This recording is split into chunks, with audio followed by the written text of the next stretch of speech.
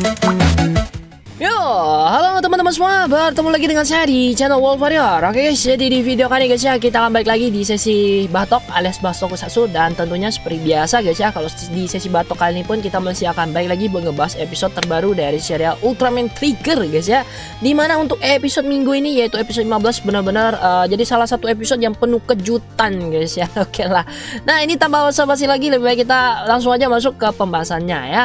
Yang pertama guys ya, episode kali ini dimulai dengan lanjutan dari episode sebelumnya, dimana ini rombongan Akito ya dengan anggota God Select lainnya ini sedang mempersiapkan diri guys ya untuk melakukan rencana ini guys ya, apa tuh namanya, menggunakan battle mode dari si Narcedese Go-nya ya. Ini kenapa jadi agak susah ngomongnya ya. Oke lah, nah di sini guysnya si apa tuh namanya, si Yuna itu kan kemudian nelpon gitu guys ya, kalau dia sama Kengo guys ya belum bisa balik ke markas, dan itu teleponnya belum selesai diomongin dia udah langsung tutup ya. Tapi di sini guys ya, dari Kapten Tatsumi sendiri ya, dia itu kan karena dia sendiri pastinya udah tahu ya soal identitasnya si Kengo, jadi dia mau maklumi gitu lah ya, kalau si Kengo sama Yuna nggak balik pasti ada alasannya gitu ya.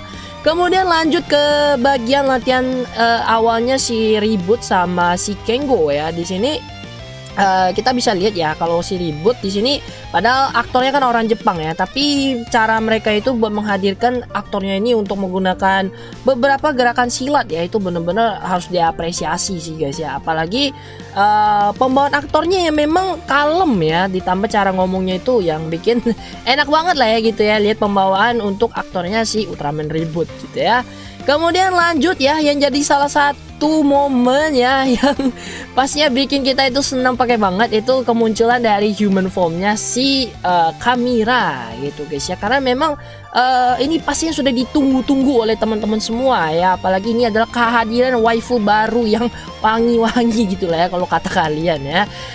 Sebelumnya guys ya, sebelum episode ini tayang ya, 2 atau 3 hari itu udah keluar ya rumornya itu di Facebook yang bilang kalau pengisi suara dari si Kamira itu Weisaka Sumire yang bakal jadi human formnya ya. Kirain itu cuma bercandaan gitu ya, tapi ternyata beneran gitu. Gila guys, bener-bener ini mantep banget ya. Serialnya itu baru jalan 15 episode, tapi pihak Suburaya sudah menghadirkan kejutan buat kita ya, para fansnya ya. Dan bener-bener ini gak diduga-duga gitu ya, kirain bakal dimunculin di movie atau deket akhir lah gitu ya, tapi ini di pertengahan udah dimunculin.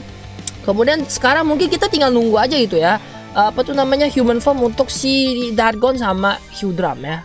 Tapi semoga Hyudram gak cepat dikalahin ya, di episode mendatang kan udah lawan si Ignis ya. Oke, kita lanjut ya. Nah di tengah latihan guys ya, latihan narinya si Ribut sama si ini juga Kengo sama Yuna di sini guys ya, itu kebetulan juga ada Ignis yang lagi liatin latihan mereka ya, dan dia itu sempat keheranan gitu ya, ini latihan apa kok malah diajarin nari gitu ya. Nah pas dia itu ditawarin sama Ribut, dia itu kan sempat nolak ya. Tapi guys ya, di sini sebenarnya Ribut itu udah tahu kalau di dalam Ignisnya ini sekarang kan ada si ini ya, si Trigger Darknya gitu ya. Jadi dia itu kayak ngomong apa yang terlihat di luar itu terkadang tidak inilah apa ya namanya, tidak bisa diduga gitu ya. Jadi nggak bisa nilai buku dari sampulnya, istilahnya kayak gitulah ya. Jadi di situ di akhir sempat bilang juga gitu kan, kalau wah ini gue udah apa namanya, ditebak banget gitu ya, gue ini apa gitu dalamnya gitu ya.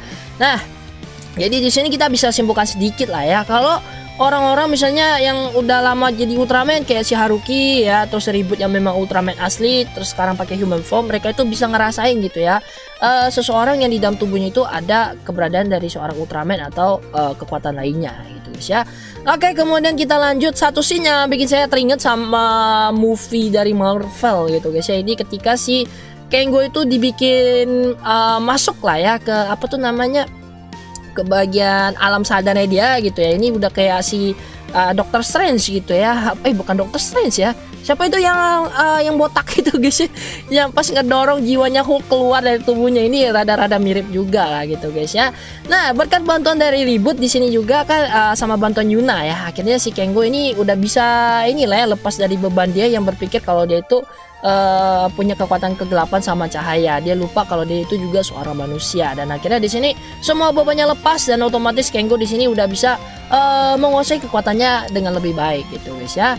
Nah di dalam alam bawah sadarnya si Kengo juga. Kengo di sini kan ketemu gitu guys ya sama Trigger ya. Triggernya ini juga ngomong sama si Kengonya. Ya agak disayangkan sih ya, mesti nunggu bagian sekarang gitu ya. Trigger itu baru dikasih ngomong dan yang ngisi suara itu juga si Kengo gitu ya. Kenapa waktu di Dark Trigger itu si Triggernya malah nggak ngomong gitu ya. Itu yang agak disayangkan ya.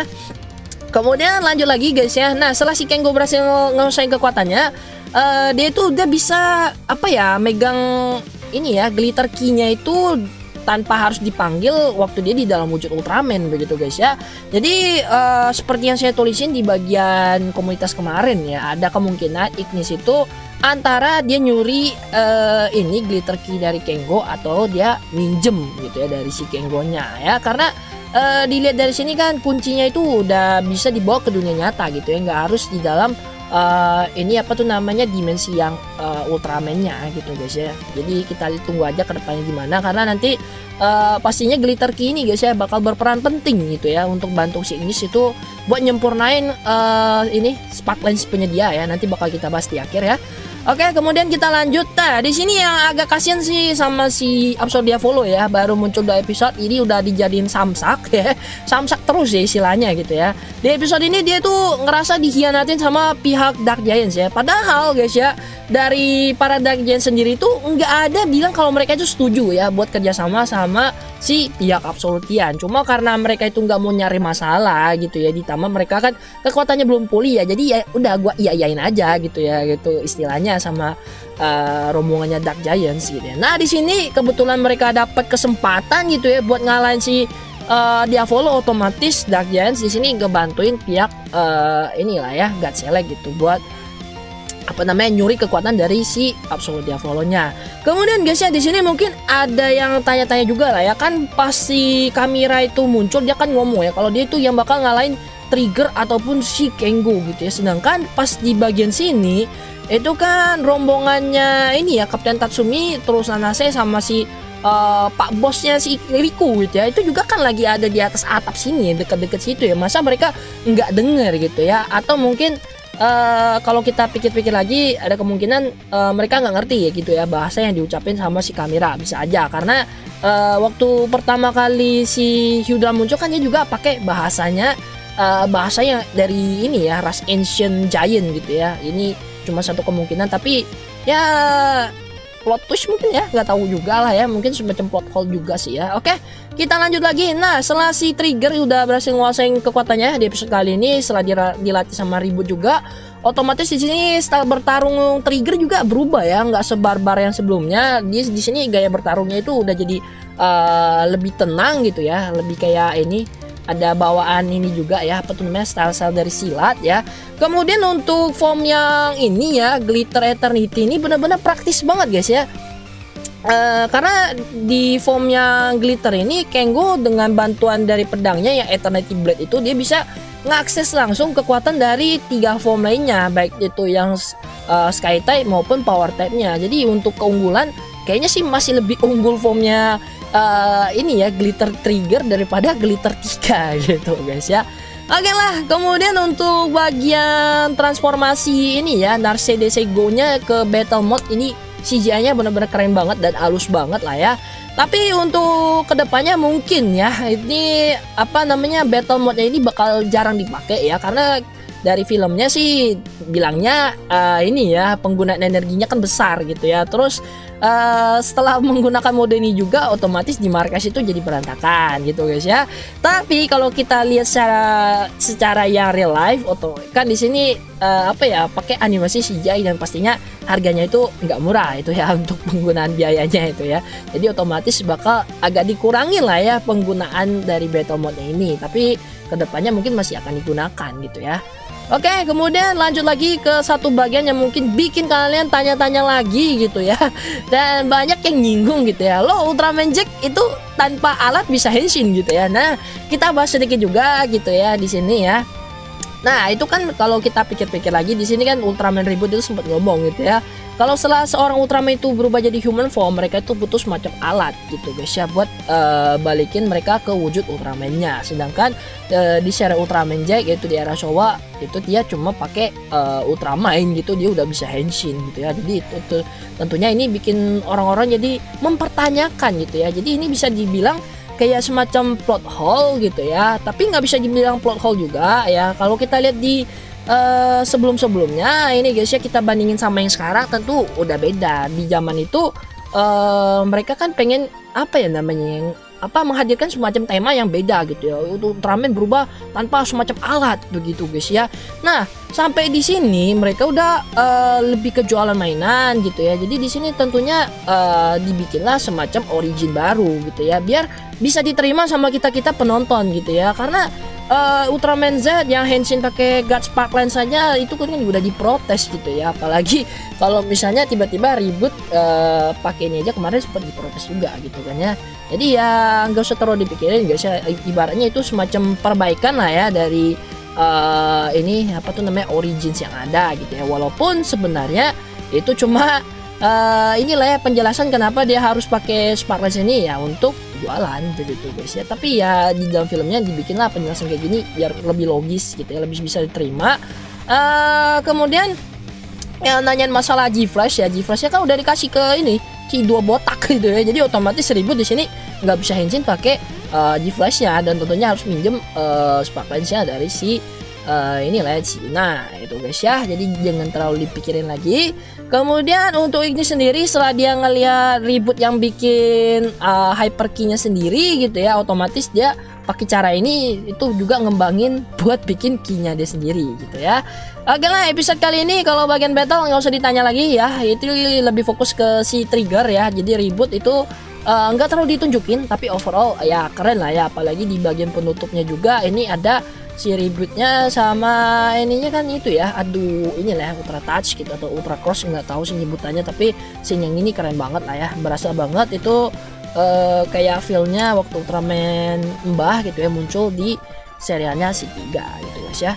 Oke, kemudian yang di bagian agak akhir itu ternyata hyper key-nya ribut itu nggak dibawa pergi sama ribut ya, tapi ditinggalin di Yuna. Terus si Yuna ngasih hyper key-nya ke si Akito gitu guys ya.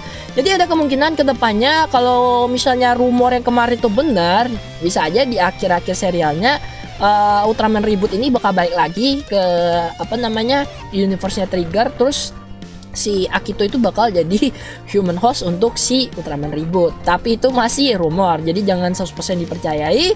Tapi kalau misalnya nantinya Reboot itu bakal beneran jadi ini ya, gabung sama si Akito, moga aja sih si Reboot itu dikasih form baru gitu ya.